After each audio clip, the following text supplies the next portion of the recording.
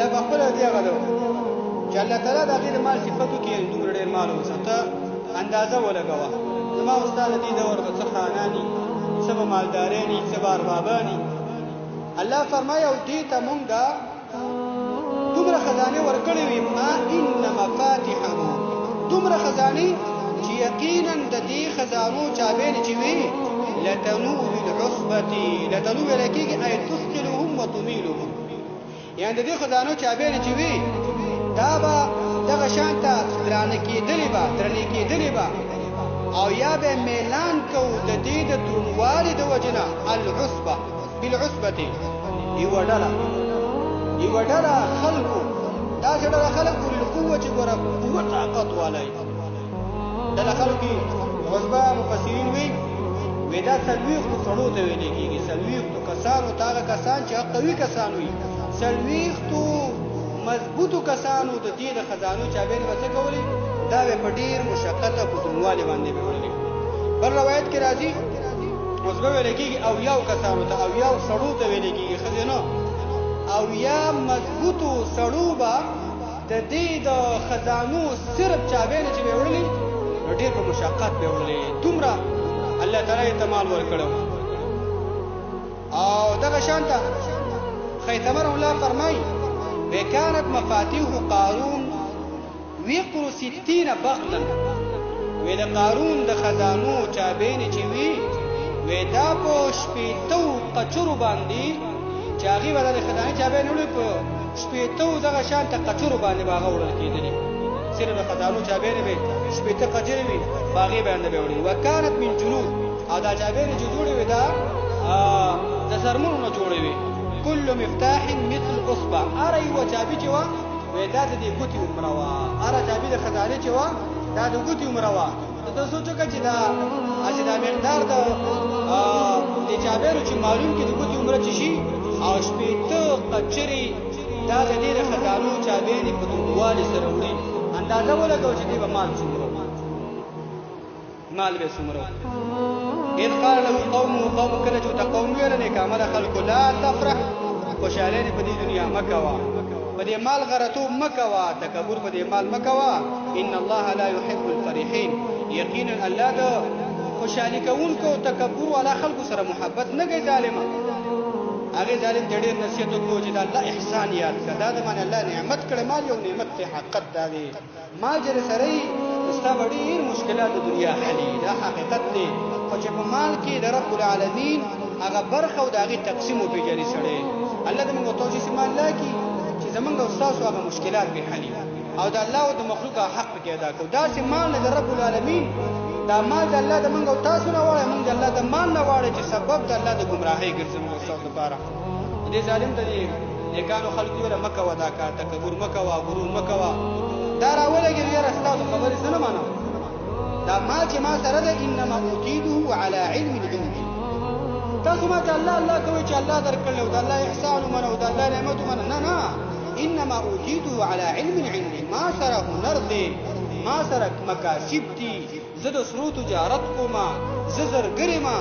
زما معدنیات دي زما تجارتونه دي زه یو مکاسب والا انسان ډیر کارونه زما یې دي د کار بوج ما ته د مال راکړی شوی دی یعنی د الله په نعمت یو اوچت اعتراض دا څه وجنه دا ټول مسله ګوره تکبر کې ده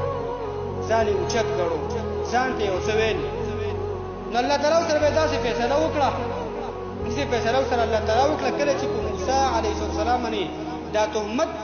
دا وتړه د بدنامۍ موسی علیه السلام ته الله تعالی وحی وکړه موسی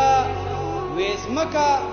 دا شان د ستا په اختیار کې څنګه ستا خوخه ته څنګه حکم کې هغه شان ته عذاب دې ظالم ته ملایويږي زمکه ته وی راځي زمکه دا کشکا دا کشکا دا وليسه زمکه راولګي دا غیر راونه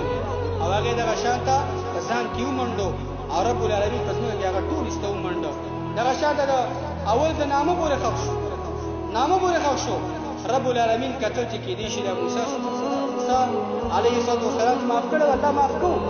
هغه ډیر یو اړیو لدر دا ولو سناک انسانو او ډیره مقابله ورکړي نه مخکې به څونه دا غي غاړه به خبر کړي د دې واقع نه مخکې به څونه ورله خبر کړي اړیو له سم خراب کړو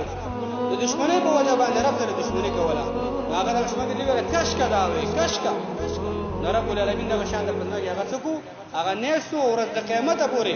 دغه شان د داو په پزماکه روان سموراره د فرمای وې دا اره ورځ د خپل هغه د انسان د قد عمره دا پزماکه اره ورځ دومره کته سي اره ورځ وې دا به دغه شان ته اخیری و مزمکه ته کله رسیږي اخیری زمکه ته اخیری زمکه ته چې ورسېدو الله تعالی په قیامت قائموي کله چې دا په زمکه خلق شو نو به د ځینې ظالمانو ویل یاره وې دا خو موسی خو د ترسونی او دا راولګي د مال لپاره سره دا کارو مال لپاره سره دا کارو درې ورځې پس دغه شان ته موسی علیه السلام حکم کمال کور ارتي ولا جمع کړو زمکه د حکم قدام ولا پولیس په منډه نو الله تعالی فرمای فخسفنا به وبدار الارض منګه دا قارون په دې زمکه ومنډو او منګه وردا کور او زمکه هر څه ول په زمکه باندې خکړو هر څه الله تعالی پناه کړو